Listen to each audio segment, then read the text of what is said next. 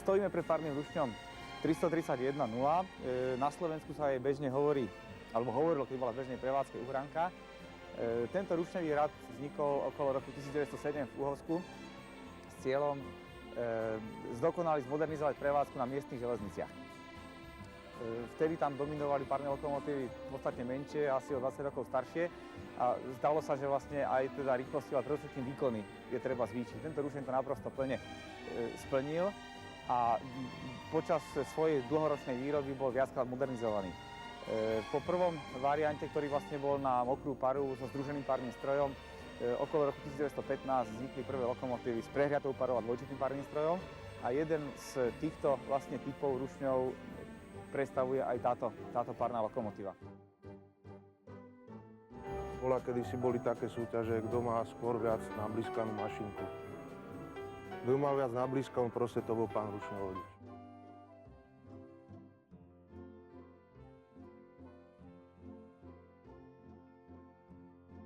Namažeme si rušeň, na rušni sa mažú všetky tyčovie rozvodu, to sú spojnice, ojnice, výstredníková tyč, protikluka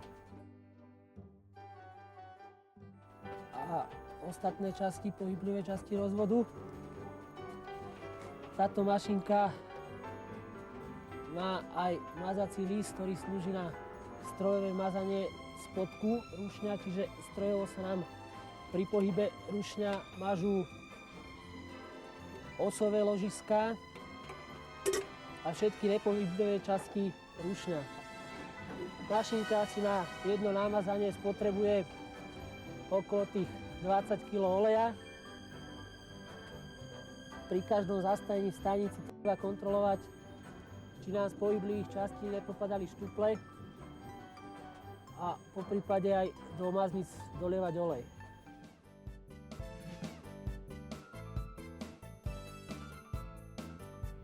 Skoré sobotné ráno si partia mladých ľudí Uhranku zakúrila, pekne vyčistila a dôkladne namazala.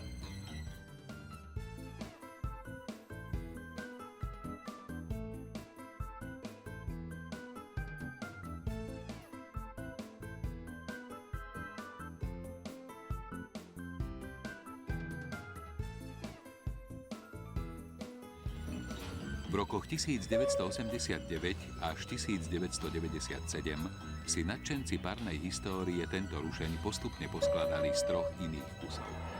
Najstaršie časti pochádzajú ešte z roku 1908, pričom tieto rušne sa vyrábali od roku 1907.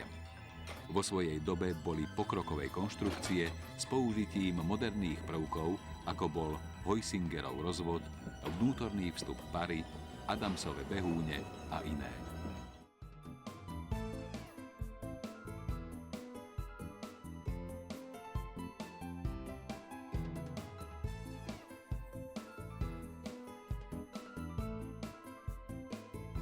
O niečo zložitejšie bolo vyriešené stavanie kulisových kameňov, kde boli zvolené pákové prevody podľa vzoru skorších Stephensonových rozvodov.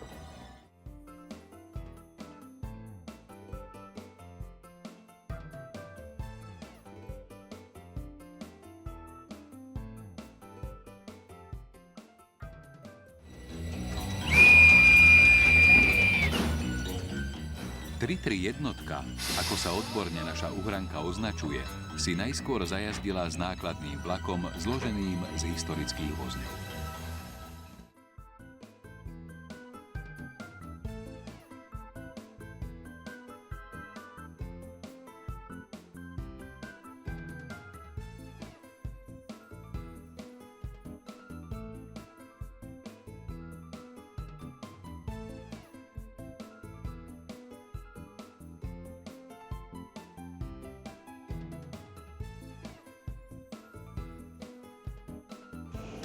Párny rušeň sa ovláda zo stanovišťa rušňovodiča, ktoré sa nazýva aj kuchyňa.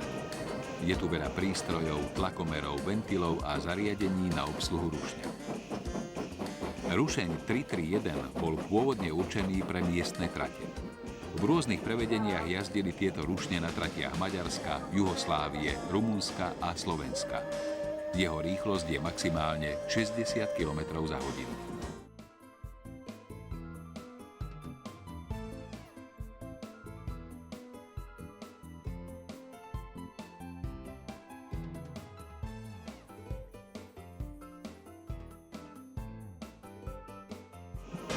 Parný rušeň obsluhujú najmenej dvaja ľudia, rušňovodič a jeho pomocník. Hlavnou úlohou pomocníka je udržovať oheň v peci a tým zabezpečiť dostatok pary pre prácu parného stroja. U menších rušňov sa uhlie z tendra do pece prikladá ručne. V stiesnenom priestore kuchyne pohybujúceho sa rušňa to niekedy vyžaduje riadny kus zručnosti.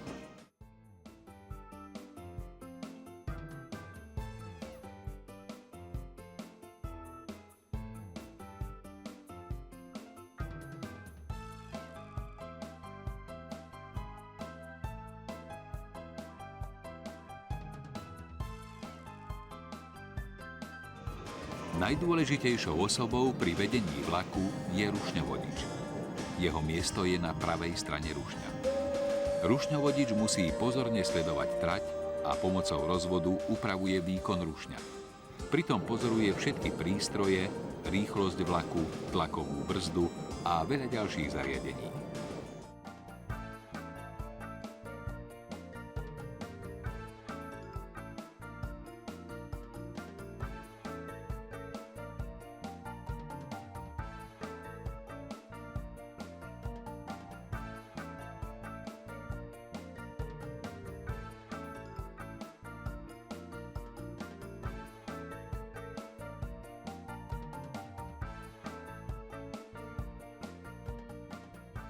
V nákladnom vlaku sú zaradené ďalšie historické vozidlá.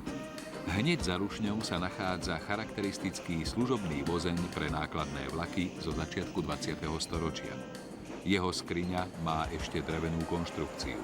Slúžil na prepravu vlakovej čaty. Cisternový vozeň s obsahom 17 000 litrov bol vyrobený v roku 1902 pre firmu Apollo.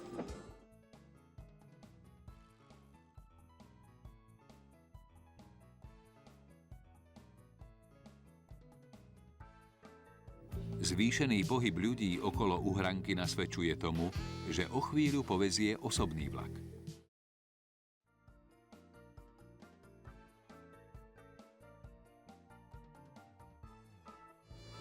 Toto je interiér osobného vozňa 3. triedy z roku 1921. Bol celý zostrojený z dreva, vrátane oddielov pre cestujúcich.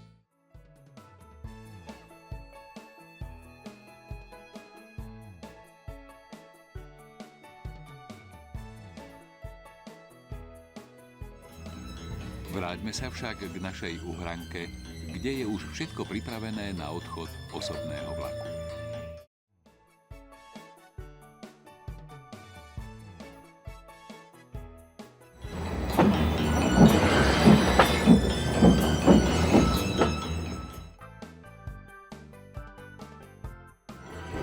Po prechode naprieč celou Bratislavou nás uhranka priváža do najnovšej železničnej stanice Bratislava Petržalka.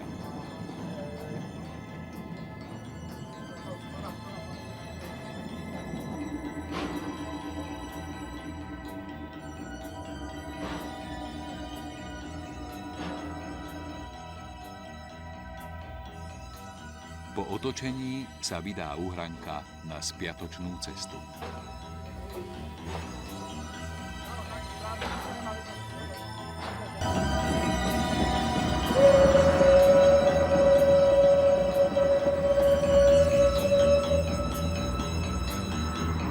Uhranka je pôvabná aj pri jazde s tendrom vpred a v kontraste s moderným sídliskom pôsobí prinajmenšom zvláštne. Práve tu dnes žije celá generácia mladých ľudí, ktorí už nemali možnosť zažiť epochu parných rušňov. Jedným z parných rušňov, ktoré budú nostalgický svet pary ešte dlho pripomínať, je aj uhranka. Pre budúce generácie ju zachránili a znovu jej vdýchli život títo mladí ľudia.